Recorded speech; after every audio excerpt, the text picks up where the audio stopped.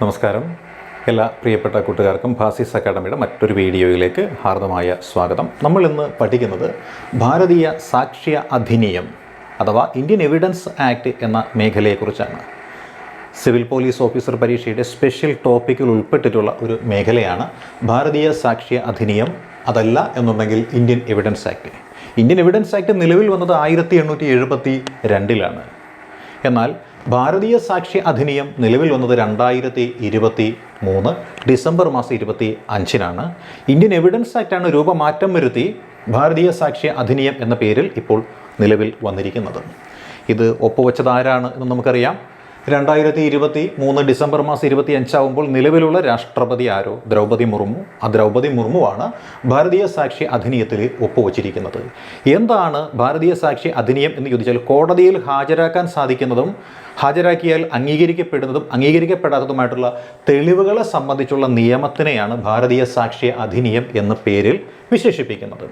ഇതിനെ Indian evidence act എന്നായിരുന്നു മുൻപ് വിശേഷിപ്പിച്ചിരുന്നത്. ആ ഇന്ത്യൻ എവിഡൻസ് ആക്ട് 1872 മാർച്ച് മാസം 15 ആയിരുന്നു അംഗീകരിക്കപ്പെട്ടത്. അത് നിലവിൽ വന്നതാവട്ടെ അതേ വർഷം തന്നെ സെപ്റ്റംബർ മാസം 22 ഈ നിയമം നിലവിൽ വരുമ്പോൾ ഇന്ത്യയുടെ ഭരണാധികാരി എന്ന് പറയുന്ന ക്വീൻ വിക്ടോറിയ തന്നെയാണ്. പക്ഷേ എന്നാൽ ഇന്ത്യയിൽ വിക്ടോറിയ രാജ്ഞിയുടെ ഏജന്റ് എന്ന രീതിയിൽ ഇന്ത്യ ഭരിച്ചുകൊണ്ടിരുന്നത് ഒരു വൈസ്രോയിയാണ്. വൈസ്രോയുടെ പേരാണ് മേയോ പ്രഭു എന്നാണ് പറയുന്നത്. ഇന്ത്യയിൽ വെച്ച് കൊല ചെയ്യപ്പെട്ട ആൻഡമാൻ നിക്കോബാർ ദ്വീപ സമൂഹങ്ങളിൽ വെച്ച് അവിടെയുള്ള ഷേർ അലി എന്ന ഒരു അഫ്ഗാൻ തടവുകാരനാൽ വധിക്കപ്പെട്ട ഇന്ത്യയുടെ വൈസ്രോയി, ഇന്ത്യയിൽ വെച്ച് വധിക്കപ്പെട്ട ഒരേ ഒരു ഇന്ത്യൻ വൈസ്രോയി അതാണ് മേയോ പ്രഭു എന്ന് നമുക്കറിയാം.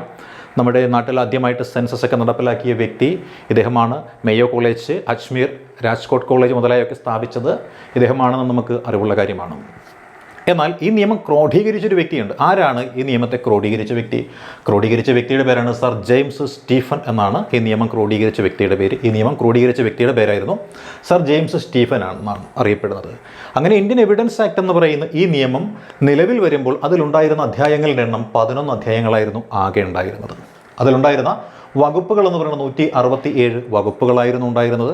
അതിലുണ്ടായിരുന്ന ഭാഗങ്ങൾ അല്ലെങ്കിൽ പാർട്ടുകൾ എന്ന് പറയുന്നത് 3 ഭാഗങ്ങളായിരുന്നു. എന്നാൽ ഇത് ഭാരതീയ സാക്ഷ്യ അധിനിയം എന്ന പേരിൽ രംഗപ്രവേശം ചെയ്തു വന്നപ്പോൾ അതിൽ ഉള്ള അധ്യായങ്ങളുടെ എണ്ണം 12 വർദ്ധിച്ചു.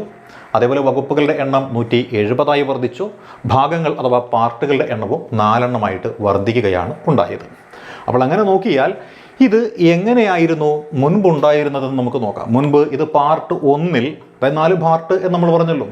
അപ്പോൾ ഇന്ത്യൻ എവിഡൻസ് ആക്ട് ആയിരുന്നപ്പോൾ അത് എങ്ങനെയായിരുന്നു? 3 പാർട്ടേ ഉണ്ടായിരുന്നുള്ളൂ. ഒന്നാമത്തേതിന് നമ്മൾ വിളിച്ചിരുന്നത് റെലവൻസി ഫാക്ട് അഥവാ വസ്തുതകളുടെ പ്രസക്തി എന്ന് പറയുന്നതായിരുന്നു ഉണ്ടായിരുന്നതെങ്കിൽ രണ്ടാമത്തെ പാർട്ടിൽ ഓൺ പ്രൂഫ് അഥവാ തെളിവിനെ സംബന്ധിച്ചുള്ള കാര്യങ്ങളായിരുന്നു ഉണ്ടായിരുന്നത്. മൂന്നാമത്തെ പാർട്ടിൽ ഉണ്ടായിരുന്നത് ഏതായിരുന്നു? Producing and effect of evidence. അതായത് production and effect of evidence, അതായത് തെളിവുകൾ ഹാജരാക്കലും അതിൻ്റെ ഫലവും സംബന്ധിച്ചുള്ള കാര്യങ്ങളാണ് പാർട്ട് 3 ഉണ്ടായിരുന്നത്. എന്നാൽ ഇത് ഭാരതീയ സാക്ഷി അധിനിയമായി മാറിയപ്പോൾ ഒരു ഭാഗം കൂടി അഡീഷണൽ ആയിട്ട് വന്നു. അങ്ങനെ നമ്മൾ ഒന്നാമത്തേത് എന്തായി? പ്രാരംഭികം എന്ന് പറയുന്നതായിട്ട് മാറുകയാണ്. അതായത് നമ്മൾ ആമുഖം എന്ന് പറയുന്ന ഇൻട്രൊഡക്ഷൻ എന്ന് പറയുന്നതായിട്ട് മാറുകയാണ്. ബാക്കി 2, 3, 4 എന്ന രീതിയിൽ ഇത് തന്നെയാണ് വന്നിരിക്കുന്നത്. ഇനി നമുക്ക് ഇന്ത്യൻ എവിഡൻസ് ആക്ട് സെക്ഷൻ 1 എന്താണ് ഉദ്ദേശിക്കുന്നത് എന്നും ഭാരതീയ സാക്ഷ്യ അധിനിയത്തിലെ സെക്ഷൻ 1 എന്തിനെയാണ് കുറിക്കുന്നത് എന്ന് നമുക്ക് നോക്കാം. രണ്ടും ഏകദേശം സമാനമായ രീതി തന്നെയാണ്. അതായത് short title application and commencement. Short title application and commencement ആണ് ഭാരതീയ സാക്ഷ്യ അധിനിയത്തിലെ 1ാമത്തെ സെക്ഷനിൽ പ്രതിപാദിക്കുന്നത് എന്നുണ്ടെങ്കിൽ ഇന്ത്യൻ എവിഡൻസ് ആക്ടിലെ സെക്ഷൻ 1 പ്രതിപാദിക്കുന്നത് ഷോർട്ട് ടൈറ്റിൽ, അതിൻ്റെ എക്സ്റ്റെൻഡ്, അതിൻ്റെ കമൻസ്മെൻറ്റ് മുതലായ കാര്യങ്ങളെക്കുറിച്ചാണ് കേട്ടോ. അതായത് ചുരുക്കപ്പേര്, വ്യാപ്തി, പ്രാരംഭികം മുതലായ കാര്യങ്ങളാണ് 1ാമത്തേതിൽ പ്രതിപാദിക്കുന്നത്. ഇത് ഇന്ത്യയിലുള്ള എല്ലാ സംസ്ഥാനങ്ങൾക്കും ബാധകമായിട്ടുള്ള ഒരു നിയമമാണ്. കോടതികൾ എന്ന് പറയാൻ നേരത്ത് ഗവൺമെൻറ് ഓഫ് ഇന്ത്യയുടെ നിയമപ്രകാരം സ്ഥാപിതമായിട്ടുള്ള പട്ടാള കോടതികൾ ഉൾപ്പെടെയുള്ള കോടതികൾക്കും ഇത് ബാധകമാണ് എന്നാണ് പറയുന്നത്. എന്നാൽ ആർബിട്രേഷൻ മൂലവും സത്യവാങ്മൂലവും അതേപോലെ ആർമി നേവി ആക്ടൊക്കെ പ്രകാരമൊക്കെ രൂപീകരിക്കപ്പെട്ടിട്ടുള്ള ജുഡീഷ്യൽ ഫോറത്തിന് പക്ഷേ ഇത് ബാധകമല്ല എന്നും കൂടി നമ്മളൊന്നുകൂടി ഒന്ന് ഓർത്തേക്കുക. ഇനി നമ്മൾ നോക്കിയാൽ നമുക്ക് മനസ്സിലാക്കേണ്ടുന്ന കുറച്ച് കാര്യങ്ങൾ കൂടിയുണ്ട്. അതായത് ഇന്ത്യൻ എവിഡൻസ് ആക്ടിലെ സെക്ഷൻ 27 എന്ന് പറയുന്ന ഒരു സെഗ്മെൻ്റ് ഉണ്ട്. 27 അത് ഭാരതീയ സാക്ഷി അധിനിയത്തിലാണെങ്കിൽ സെക്ഷൻ 23 സബ് ക്ലോസ് 2 എന്നാണ് പ്രതിപാദിച്ചിരിക്കുന്നത്. ഭാരതീയ സാക്ഷി അധിനിയത്തിൽ സെക്ഷൻ 23 സബ് ക്ലോസ് 2 എന്നാണ് പരാമർശിച്ചിരിക്കുന്നത്. ഇന്ത്യൻ എവിഡൻസ് ആക്ടിലാണെന്നുണ്ടെങ്കിൽ സെക്ഷൻ 27 എന്നുമാണ് പറയുന്നത്. ഇതിൽ പറയുന്ന കാര്യം ഇത്ര എളുതായിരിക്കും. How much of information received from accused may be proved. അതായത് പ്രതിപാദിക്കുന്ന കാര്യം എന്തായിരിക്കാം, ഈ കുറ്റാരോപിതരിൽ നിന്നും ശേഖരിക്കപ്പെടുന്ന തെളിവുകൾ ഏതെല്ലാമാണ് അംഗീകരിക്കപ്പെടുന്നത് എന്നാണ് നമ്മൾ ആദ്യം നോക്കുന്നത്. അതായത് ഇപ്പോൾ ഒരു കുറ്റം ചുമത്തപ്പെട്ട ഒരു വ്യക്തിയെ നമ്മൾ അറസ്റ്റ് ചെയ്യുന്നു, അയാളെ ചോദ്യം ചെയ്യുന്നു, അയാളിൽ നിന്ന് കുറേ വിവരങ്ങൾ കിട്ടുന്നു. അങ്ങനെ വിവരങ്ങൾ കിട്ടുന്ന തെളിവുകളിൽ ഏതെല്ലാമാണ് തെളിവുകൾ എന്ന രീതിയിൽ സ്വീകരിക്കപ്പെടുക. പോലീസ് ഉദ്യോഗസ്ഥൻ്റെ മുന്നിൽ ഇയാൾ കുറ്റം സമ്മതിക്കും, പക്ഷേ മജിസ്ട്രേറ്റിൻ്റെ മുന്നിൽ ചെല്ലുമ്പോൾ മാറ്റി പറയും. അപ്പോൾ എന്തായി? അത് സ്വീകാര്യമാകുമോ? അത് സ്വീകാര്യമാവുകയില്ല.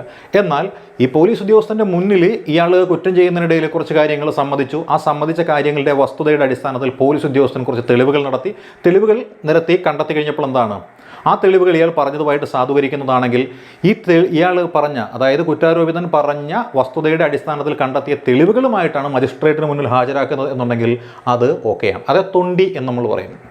അതായത് മോഷണം നടത്തിയെന്ന് ചോദിക്കുമ്പോൾ മോഷണം നടത്തിയെന്ന് പറഞ്ഞു, കോടതി ചെന്നപ്പോൾ മോഷണം നടത്തിയില്ല എന്ന് പറഞ്ഞു. അതെന്താണ്? ശിക്ഷിക്കപ്പെട്ടില്ല. മോഷണം നടത്തിയെന്ന് പറയുമ്പോൾ എന്താണ് മോഷ്ടിച്ചതെന്നും അതെവിടെയാണ് ഒളിപ്പിച്ചതെന്നും അതെന്ത് എന്നുമൊക്കെ കണ്ടെത്തി തൊണ്ടി മുതൽ ഉൾപ്പെടെ കൊണ്ടുവന്നു കഴിഞ്ഞാൽ എന്താണ്?